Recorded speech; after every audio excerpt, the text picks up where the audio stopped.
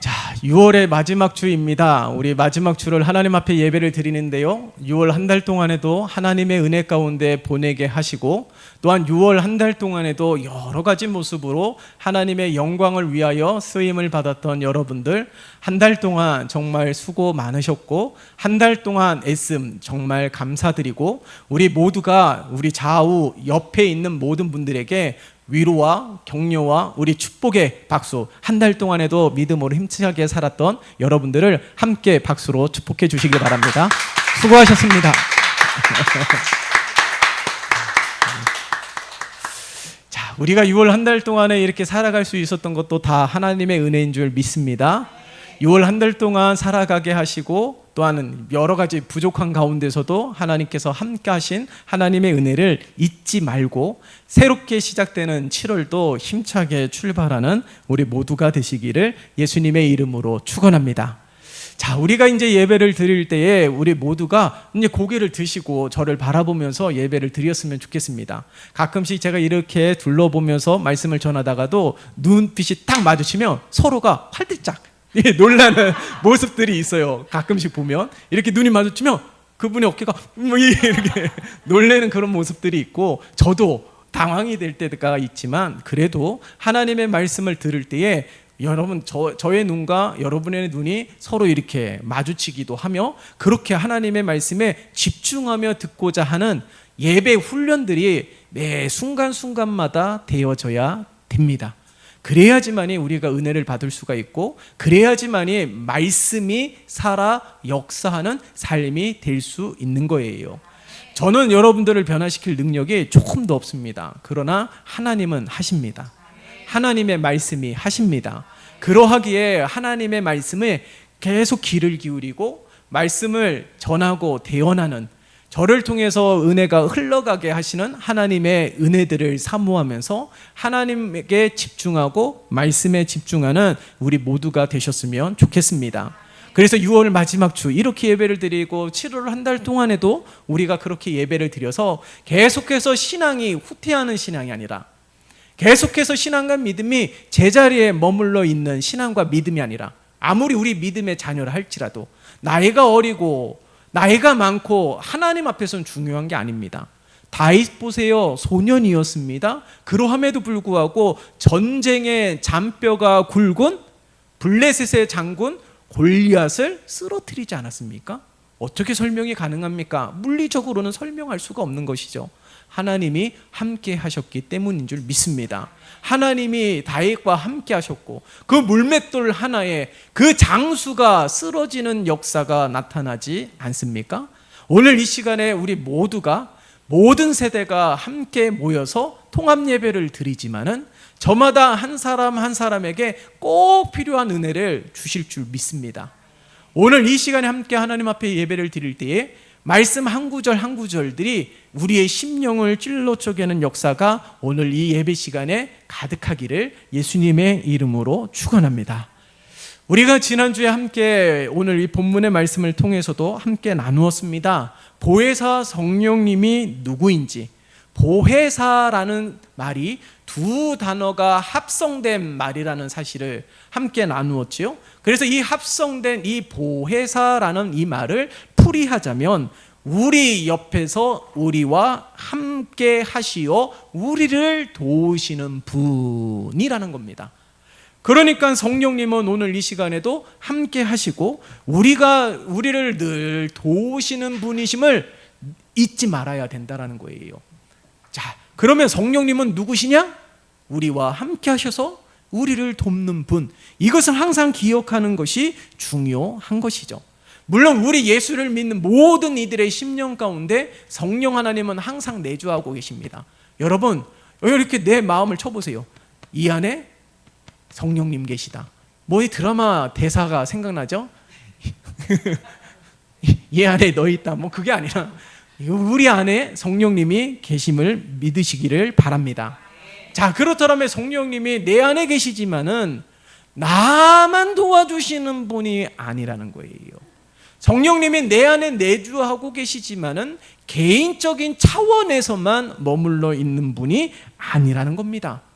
내 안에 계셔서 무엇을 도우실까요? 성령 하나님이 내 안에 계셔서 무엇을 도우실까요? 가장 궁극적인 것은 예수 잘 믿게 하는 것이죠. 예수 잘 믿는 것이 개인적인 일일까요? 물론 신앙과 믿음은 어디까지나 개인적이 될 수가 있습니다. 그러나 그 예수 믿는 한 사람을 통하여 나타나는 영향력, 예수 믿는 한 사람이 행하는 섬김을 통하여 나타나는 영향력, 그것들은 절대로 개인적이라고 말을 할 수 없는 거예요. 그러니까 한 개인이 예수를 믿음으로 생각하고 예수를 믿음으로 구별되이 말하고 예수를 믿음으로 구별되이 거룩한 삶을 살아가는 것은 궁극적으로 이 땅에 우리의 삶 가운데 하나님의 나라를 실현해 가는 것이며 하나님의 나라를 이루고 성취하는 삶인 줄 믿습니다. 그렇기 때문에 우리 안에 내주하고 계시지만, 내 안에 내주하고 계시지만은 성령 하나님은 절대로 개인적인 일로만 국한된 분이 아니라는 거예요. 예수를 믿음으로 가정이 변화되고, 예수를 믿음으로 직장이 변화되고, 예수를 믿음으로 더 나아가서 나라와 민족과 열방이 변화되는 줄 믿습니다. 오늘 이 본문 속에 사도행전 초반에 성령 강림 역사를 통하여서 부흥의 역사가 펼쳐지는 말씀이 기록되고 있지 않습니까? 사도행전 하면은 정말 뜨거운 초대교회의 역사, 핍박은 끊이지 않았음에도 불구하고, 그러함에도 불구하고 순교자의 마음으로 믿음으로 살았던 많은 성도들의 삶이 이 고스란히 이 사도행전에 기록이 되어 있다는 것이죠. 그 가운데 교회가 세워지고 그 가운데 수많은 이들이 예수를 믿게 되는 일들이 오늘 이 사도행전 가운데 나타나고 있습니다. 그러니까 이 사도행전 가운데 예수님의 제자들, 사회적, 세상적 시선으로는 보잘것없는 그들이지만, 연약하게 연약한 자들이지만 그들을 통하여서 하나님의 놀라운 부흥을 일어났다라는 거예요. 그 이유가 무엇이라고요? 사도행전은, 아니 모든 말씀은 아주 명확하게 증거하고 있습니다. 성령님이 함께 계셨기 때문에 라는 거예요. 성령님이 함께 계셨기 때문에 초대교회의 수많은 핍박과 환난 속에서도 생명을 지킬 수 있었다라는 거예요. 예수님이 잡히자 예수님의 제자들이 뿔뿔이 흩어지지 않았습니까?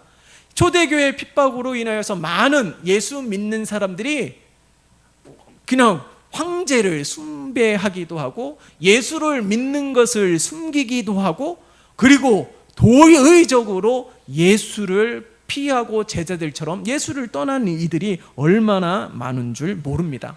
그렇게 교회, 예수 믿는 자들의 이 생명이 꺼질 듯 하면서 꺼지지 아니하고, 오히려 그 가운데 불꽃이 활활 타올라 교회가 세워지고, 그리고 온 세상이 변화된 것을 성경에 분명하게 기록되고 있습니다. 그것이 무엇 때문이라고요? 바로 성령님이 함께 계시기 때문에 라는 거예요. 그렇기 때문에 사도행전에서 빠질 수 없는 가장 핵심적인 것이 무엇입니까? 성령 강림의 사건이라는 것이에요. 그래서 오늘 본문 속에서도 이 성령님을 표현하는 모습에 우리가 주목해 볼 필요가 있는데, 오늘 함께 말씀을 보니까 2절과 3절의 말씀을 보면 성령이 강림한 사건에 대하여서 이렇게 표현하고 있습니다. 2절과 3절 같이 읽어볼까요? 시작. 호련히 하늘로부터 급하고 강한 바람 같은 소리가 있어 그들이 앉은 온 집에 가득하며 마치 불의 혀처럼 갈라지는 것들이 그들에게 보여 각 사람 위에 하나씩 임하여 있더니. 아멘. 먼저 2절의 말씀을 보면 급하고 강한 바람 같은 소리, 그리고 3절에 보면 마치 불의 혀처럼 갈라지는 것들이 보였다 라고 설명하고 있습니다. 이는 절대로 성령 강림 사건이 인간의 인위적으로 나타난 것이 아니다라는 거예요. 2절에서 가장 먼저 호련히 하늘로부터 라고 기록하고 있지 않습니까? 그러니까 이 성령 강림의 사건이 인간적인 인위적으로 나타난 것이 아니라 하나님의 주권적인 역사로 이루어졌음을 강조하고 있는 것이죠. 2절 말씀에 보세요. 하늘로부터 급하고 강한 바람 같은 소리가 있어. 여러분 생각해 보세요. 바람을 아무리 능력 있는 인간이라도 바람을 자신의 의미대로 불게 할 수 있습니까? 아무리 대통령이라도 큰 권능을 가지고 있다 할지라도, 권력을 가지고 있다 할지라도 바람을 임의적으로 불게 하는 이들은 아무도 없습니다. 그런 것처럼 절대로 바람은 자의적으로 조종할 수 없는 것이죠. 종종 이런 착각에 빠지는 분들이 많이 있습니다. 앞서서 성령님은 우리 안에 내주하고 계시다고 분명히 말씀드리지 않았습니까? 우리와 함께 하셔서 우리를 도와주시는 분이 성령님인데, 마치 성령님이 개인 비서로 착각하고 있는 분들이 상당히 많이 있습니다. 자신을 도와주는 분이라 해서 개인 비서 마냥 그렇게 생각하는 분들이 많이 있거든요. 하지만 우리 안에 내주하고 있는 성령님은 하나님이십니다. 신학적인 용어에 보면 삼위일체 하나님이라는 용어가 있어요. 그러니까 성부 하나님, 성자 하나님, 성령 하나님, 저마다 다 독립적인 인격체를 가지고 있지만 이 모두가 다 하나님이심을 전하는 신앙 용어이죠. 뭐 어렵습니다. 어렵지만은 분명하게 기억해야 되는 것은 성령님은 하나님이시다라는 거예요. 그러니까 성령님은 하나님이시기에 연약한 우리들처럼 상황과 환경에 의해서 좌우되시는 분이 절대로 아니라는 거예요. 창세기의 가장 중요한 기사가 무엇일까요? 천지창조 아니겠습니까? 그 창세기 1장 26절에 보면 우리의 형상대로, 우리는 천지창조할 때 하나님이 말씀으로 창조하셨다는 것을 분명히 알고 있지 않습니까? 창세기에 그렇게 증거하고 있음에도 불구하고 1장 26절에 보면 우리라고 표현하고 있습니다. 누구를 말하는 걸까요? 바로 성부 하나님, 성자 하나님, 성령 하나님을 말하는 거예요. 그러니까 이 모든 독립적인 하나님께서 이 천지를 창조하는 일들에 동참하셨음을 증거하고 있는 것이죠. 다시 말해서 성령 하나님은 하나님이시다라는 것을 증거하고 있는 것입니다. 그렇기 때문에 이 성령이라는 것은 인간적인 인위적으로 나타나는 것이 아니고, 이벤트적으로 나타나는 것이 아니고, 행사를 준비해서 그런 은혜를 받는 것이 아닙니다. 그렇기 때문에 성령님이 하나님이시기 때문에 우리가 간구해야 되는 것은 성령님의 도우심, 성령님의 긍휼하심, 그리고 성령님의 은혜를 간구해야 될 줄 믿습니다. 그래서 오늘 말씀 가운데 이 성령 하나님의 은혜가 어떻게 해요? 급하고 강한 바람 같은 소리가 있어 불의 혀처럼 갈라지는 것을 보았다라고 증거하고 있잖아요. 그 말은 무슨 말일까요? 2절과 3절의 말씀을 한 문장으로 표현해 본다라면 성령님이 강하게 임하셨다라는 거예요. 인위적으로 성령님을 조종할 수도 없지만 인위적으로 계획해서 성령을 받는 행사도 있을 수 없고, 그런 이벤트는 존재하지도 않습니다. 그 이유가 무엇일까요? 하나님의 주권 가운데 속해 있기 때문에. 그렇기 때문에 초대교회에서 오늘 이 말씀 가운데 이 오순절 다락방에 모여있는 120명의 성도들이 하나같이 다 성령의 충만함을 받았던 까닭이 무엇일까요? 인위적이었습니까? 아니에요. 1장의 말씀을 보면 예수님이 약속하신 말씀을 기억하고 약속하신 말씀에 순종하여 성을 떠나지 아니하고 함께 모여 기도하였더니 약속하신 대로 성령을 부어주셨다는 겁니다. 그러니까 절대로 인위적이 아니라 하나님의 주권 속에 나타난 하나님의 역사라는 것을 알 수가 있는 것이죠. 그러니까 성령이 임하는 것도, 성령이 충만한 것도 내가 마음을 먹는다는 것이 아니라 그것 역시 하나님의 주권 속에 속해 있기 때문에 날마다 간구해야 되는 것이에요. 날마다. 이 초대교회 성도들 같이. 그래서 우리 한빛중앙교회 모든 성도들이 똑같은 은혜를 받는 우리 모든 삶이 되시기를 예수님의 이름으로 축원합니다. 자, 그렇더라면 성령을 받으면 어떠한 일들이 나타나게 될까요? 오늘 말씀해 보니까 마치 불의 혀처럼 갈라지는 것들이 그들에게 보여 각 사람 위에 하나씩 임하더니 4절 말씀해 보니까 성령 충만함을 받고 성령이 말하게 하심을 따라 각각 다른 언어들로 말하기를 시작하였다라고 증거하고 있습니다. 여러분, 성령이 충만하게 되면은 표면적으로 드러나는 것들이 있는데 그것이 무엇이냐면 말의 변화라는 거예요. 예수를 믿기 전에는 감정을 조절하지 못하고, 아니 예수를 믿는다 할지라도 말하는 것에 훈련이 되어 있지 않고 말하는 것들에 여전히 부족함이 있기 때문에 때로는 상처 주는 말을 한다는 거예요. 내 마음과 내 생각과 벗어나서, 마음은 그러하지 않은데도 불구하고 말이 나오는 것이 잘못 나오는 경우들이 얼마나 많은 줄 모릅니다. 혹은 감정에 치우쳐서 가시 돋는 말을 할 때가 많이 있다라는 거예요. 그럼에도 불구하고 오늘 성령의 충만함을 받은 이들이 각각 다른 언어들로 말하기 시작했다라는 것은 무엇을 의미할까요? 말하는 것도 성령의 주권 속에 속해 있다라는 것입니다. 그렇기 때문에 언어가 바뀌고 말이 바뀌는 것이 표면적으로 드러나는 증거인데 그것이 바로 내가 성령을 받은 자라는 것이에요. 그렇기 때문에 예수를 믿는 자들은 말하는 것에 주의해야 되는 것이죠. 말하는 것을 조심해야 됩니다. 말 한 번 쏟아부으면 다시 담을 수도 없어요. 성경에도 이 혀가 가장 작은 근육이지만 놀라운 힘을 가지고 있지 않습니까? 사람을 살리기도 하고 사람을 죽이기도 한다는 거예요. 이 작은 근육의 이 혀가 그만큼 말의 힘에 대하여 우리에게 증거하고 있는 것이죠. 그렇기 때문에 언어가 바뀌면 삶이 변하고 더 나아가 사람을 살리는 자가 될 수 있고 더 나아가 공동체를 변화시킬 수 있는 자가 될 수 있다라는 것입니다.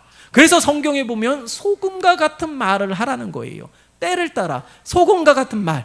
이렇게 말하는 제가 말에 성숙하냐? 그렇지 않습니다. 그러나 우리 모두가 끊임없이 주의하고 훈련하고 그리고 성령님의 도우심을 간구해야 될 줄 믿습니다. 이처럼 언어까지도 성령의 다스림을 받을 때에 온전한 치유와 회복이 일어나게 된다는 거예요. 우리가 살아가면서 다 그런 경험들이 있지 않습니까?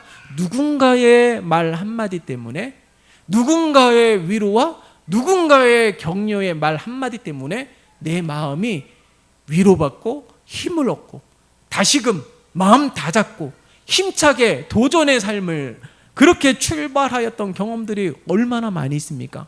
살아가면서 그런 경험이 나는 전혀 없습니다 라는 사람은 없을 거예요. 가깝게는 가족들로부터, 지인들, 친구들, 직장 동료들, 지나가는 한마디 때문에 그렇게 도전을 받았던 자가 있습니다.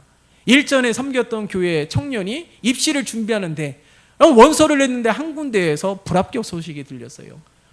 목사님, 저 어디 지원했는데 불합격했어요. 막 굉장히 다운되어 있는 거예요.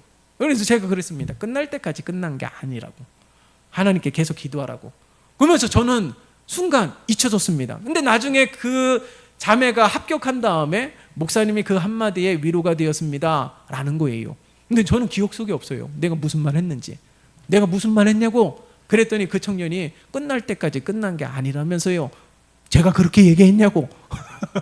그러면 그냥 그래요? 감사합니다 이러면 될 것을 제가 그렇게 모냥 빠지게 그렇게 이야기했던 기억이 납니다. 이런 것처럼 한마디 한마디에 위로받고 힘을 얻는 이들이 있습니다. 내가 무심코 던진 말이지만은 그것으로 인하여 상처받는 이들이 있다라면, 내가 무심코 던진 말 한마디 때문에 위로받고 격려받고 마음을 다잡는 이들이 있다라는 거예요. 그렇기 때문에 우리들의 성령님께 간구하는 것은 입술에 지혜를 달라고 기도해야 될 줄 믿습니다. 그래서 입술에 지혜를 달라고 간구해야 되는 거예요. 여러분 함께 말씀 찾아볼까요? 에베소서 4장 29절에서 30절의 말씀. 에베소서 4장 29절에서 30절의 말씀이 되겠습니다.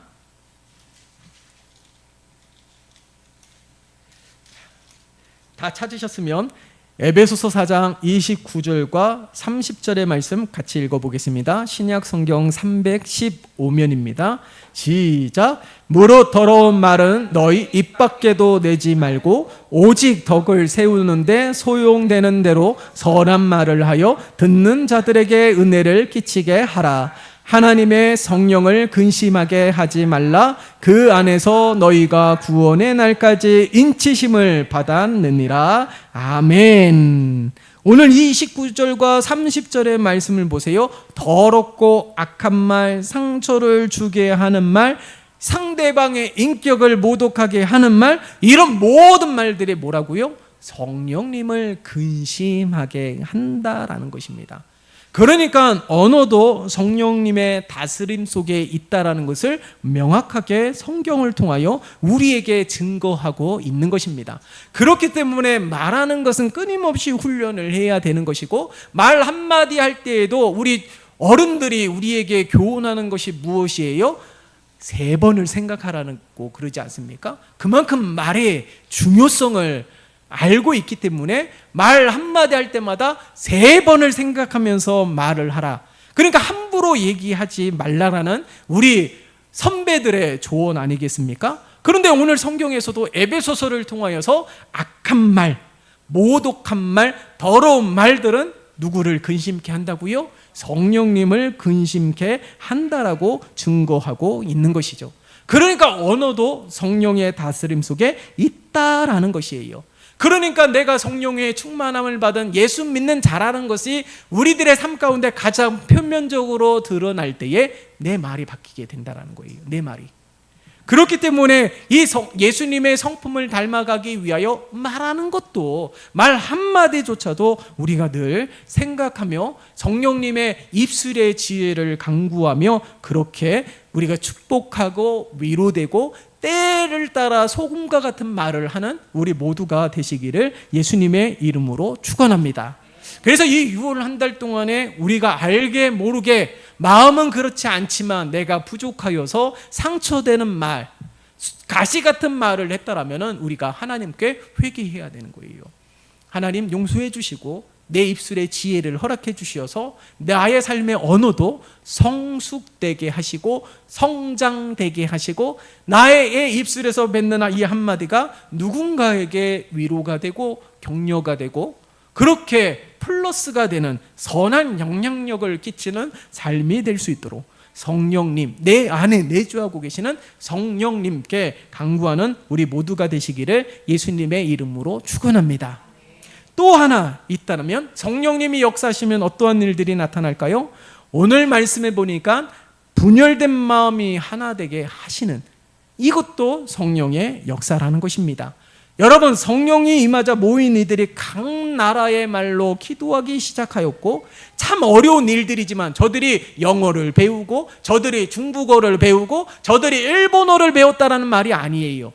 저들이 일시적으로 특훈을 받았기 때문에 그렇게 능숙하게 말을 했다라는 것이 아닙니다. 성령의 충만함을 받았더니 배우지도 않았던 각 나라의 방언을 말하기 시작했다라는 거예요. 이해할 수 없는 일들이 오늘 말씀해 보니까 펼쳐졌습니다. 여러분, 말이 다른데 어떻게 하나가 될 수 있을까요? 말이 되지 않으니까, 말이 대화가 되지 않으니까 전쟁도 일어난다라는 말이 있지 않습니까? 말이 통하지 않으니까 하나 되는 데는 큰 장애가 있는 것이죠. 근데 각 나라의 언어들로 말하기 시작했음에도 불구하고 저들이 하나가 되었어요. 오늘 본문의 말씀은 아니지만 11절의 말씀을 보세요. 11절의 말씀을 보면 이렇게 기록이 되어 있습니다. 자, 그레데인과 아라비아인들이라 우리가 다 우리의 각 언어로 하나님의 큰 일을 말함을 듣는도다. 우리가 11절만 읽었으니까 잘 모르는데 9절부터 보면 함께 모였던 사람들이 어느 족속인지를 다 설명하고 있지 않습니까? 어떤 이들은 바데인, 메데인, 엘라민, 메소보다미아인, 유대, 갑바도기아, 본도, 이렇게 많은 이들이 함께 모였다는 것이에요. 각 나라의 말을 함에도 불구하고 저들이 같은 마음이 되었다라는 증거가 무엇입니까? 모두가 다 우리의 각 언어로 하나님의 큰 일을 말하기 시작하였다라는 것입니다. 그러니까 다른 말을 해서 하나가 될 수 없는 공동체인데 각 나라의 말로 하나가 되어서 하나의 복음을 증거하고 있는데 그것이 무엇이라고요? 하나님의 큰 일을 말하기 시작하였다라는 것이에요. 그러니까 성령의 다스림을 받는 공동체라는 것은 저마다 생각이 다르고 저마다 환경이 다르지만은 모두가 하나님의 큰 일을 위해서 하나 되는 공동체, 이게 바로 성령이 충만한 공동체라는 것입니다. 우리 교회가 지향해야 되는 교회의 모습인 줄 믿습니다. 그런데 보면은 나와 생각이 다르다고 나랑 같은 말을 하지 않는다라고 비난하고 정죄합니다. 내 편이 아니야 라고 선을 그어요. 그런 교회의 모습들이 얼마나 많이 있습니까? 그것은 건강한 공동체의 모습이 아닙니다. 서로의 다름을 인정해야 하고 다른 것을 존중해야 되고 다르기 때문에 하나님의 특별한 은혜와 다르기 때문에 하나님의 궁극적인 우리를 향한 계획과 섭리와 궁극적인 목적에 집중하여서 오늘 성령의 충만함을 받은 이들처럼 하나님의 큰 일을 말하며 하나님의 큰 일들이 이루어지고 성취되기 위하여 함께 힘쓰고자 하는 그런 마음이 되고 그런 삶이 되고 그런 공동체가 될 수 있도록 힘써야 되는 것이죠. 성령이 하나 되게 하신 것, 이게 교회 아니겠습니까? 그것을 힘써 지키는 것이 가장 중요하다라는 거예요. 그것을 여러 가지 모습으로 힘써 지키는 것들이 그런 자들이 성령의 충만함을 받은 자라는 사실을 알 수가 있는 것이죠. 그렇기 때문에 각자 다른 나라의 방언을 말한다 할지라도 하나님의 큰 일을 말하고 있다는 것, 그것이 바로 그런 교회가 성령의 다스림을 받는 교회라는 것을 나타내고 있는 것입니다. 여러분, 오늘 말씀을 통해서 이처럼 성령의 다스림을 받는다라는 것이 얼마나 중요한지를 발견할 수 있어야 되는 것이죠. 성령의 다스림을 받는 자는 말이 변하고 성령의 다스림을 받는 자들은 하나 되게 힘쓰는 자라는 사실을 우리에게 증거하고 있는 것입니다. 그렇기 때문에 오늘 여기에 오순절 다락방에 모여 있는 이들이 함께 모일 수 있었던 이유, 함께 기도할 수 있었던 이유, 다 하나님의 예수님의 약속의 말씀 때문에 그런 것이죠. 그렇다면 우리들도 오늘 이 시간에 함께 모여서 예배를 드리지만은 다 같은 마음, 그리고 함께 공동체 목적 의식을 가지고 함께 기도하고 함께 모이기를 힘쓰는 이유는 바로 하나님의 말씀 때문인 줄 믿습니다. 그리고 그 일들이 가능하게 하시는 것은 성령 하나님의 역사인 줄 믿습니다. 그렇기 때문에 우리 공동체가 다 각각 다른 삶을 살아가고 다 분주하게 살아가고 생각도 다르고 마음도 다르지만은 모두가 함께 모여서 하나님의 큰 일을 말하게 하신다라는 거예요. 이게 가장 중요한 것입니다. 성령으로 충만케 하시는 것. 오늘 본문의 말씀의 제목이 뭡니까? 하나님의 꿈의 회복입니다. 여기에 모여 있는 보잘것없는 제자들, 그러니까 함께 모여서 기도하는 많은 이들이 많은 열악한 상황 가운데 있는 자들이었을 거예요. 그러함에도 불구하고 저들이 다 같이 모여서 기도하고 성령의 충만함을 받고 하나님의 큰 일을 말한 까닭이 무엇입니까? 왜 그들이 예수님의 약속의 말씀을 믿고 의지하여 함께 모였지만은 그렇게 하게 하신 까닭이 무엇일까요? 바로 하나님의 꿈이 회복되게 하기 위해서예요. 꿈이라는 것은요, 어느 특정한 사람들에게 주어진 것이 아닙니다. 꿈이라는 것은 누구나 꿀 수 있는 것이죠. 그러나 꿈을 이루는 자들은 아주 극소수예요. 예? 꿈은 누구나 꿀 수 있습니다. 그러나 그 꿈을 이루는 것은 소수입니다. 그것은 무엇을 말하는 걸까요? 오늘 말씀에 적용해서 살펴본다면 이 꿈을 갖게 하시는 것도, 꿈을 이루게 하시는 것도 우리는 이렇게 고백할 수 있어야 됩니다. 하나님의 주권 속에 있다라는 거예요. 그 꿈을 이루게 하는 건 나의 능력, 나의 열심, 나의 수고, 그것 때문에 꿈을 이루는 것이 아닙니다. 하나님의 은혜, 하나님의 주권 속에 있기에 내가 꿈을 갖게 하는 것, 이런 마음을 갖게 하는 것, 이것을 소망하게 하는 것, 그러면 그것을 이룰 수 있는 힘과 능력과 지혜까지도 하나님께서 허락하시는 것이고, 그 꿈을 이룰 수 있는 길을 열어주시는 것도 하나님이 하시는 줄 믿습니다.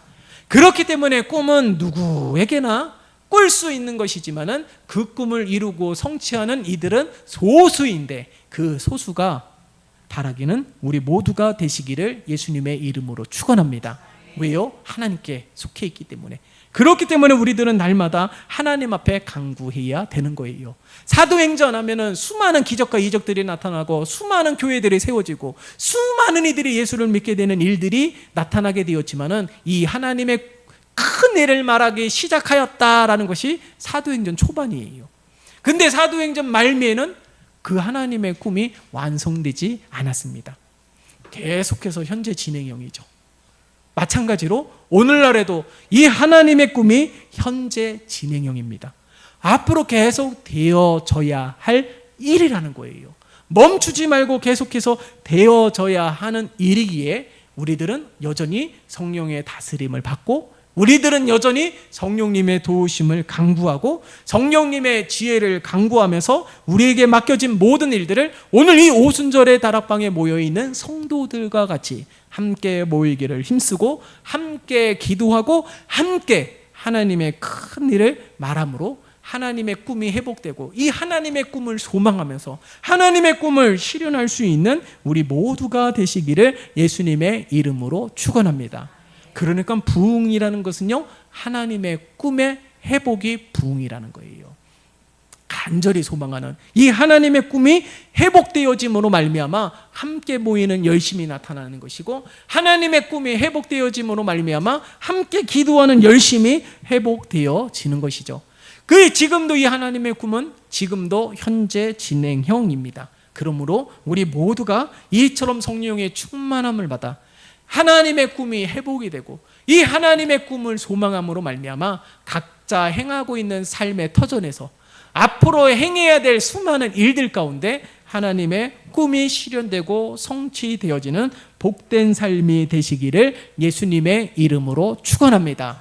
이런 진정한 부흥의 세대가 우리 모두가 되시기를 다시 한번 예수님 앞에 간구합니다. 기도하겠습니다. 살아계신 하나님 아버지, 우리 한빛중앙교회를 축복하여 주시고 함께 모여 예배드리는 모든 심령들과 삶 가운데 크신 은혜를 베풀어 주시옵소서. 하나님의 약속의 말씀을 의지하며 오순절 다락방에 모여있는 성도들과 같이 함께 모여 예배하며 함께 모여 기도합니다. 이런 일들에 더욱 힘쓰게 도와주시어 하나님의 꿈이 회복되게 도와주시옵소서. 우리 모든 한 사람 한 사람, 믿음의 자녀들 한 사람 한 사람, 여기 모여있는 성도들 한 사람 한 사람이 하나님의 꿈을 품게 도와주시고 그 꿈이 이루어지고 성취되어질 수 있는 삶이 될 수 있도록 지혜를 더하여 주시고 힘을 더하여 주시옵시며 열심히 식어지지 아니하도록 도우시는 하나님의 역사가 있게 도와주시옵소서. 우리의 언어가 바뀌게 도와주시고 마음이 하나 되게 하심으로 말미암아 하나님의 놀라운 은혜가 펼쳐지는 복된 삶 되게 도와주시고 진정한 이 시대의 부흥의 세대가 되게 축복하여 주시옵소서. 예수 그리스도의 이름으로 기도드리옵나이다. 아멘.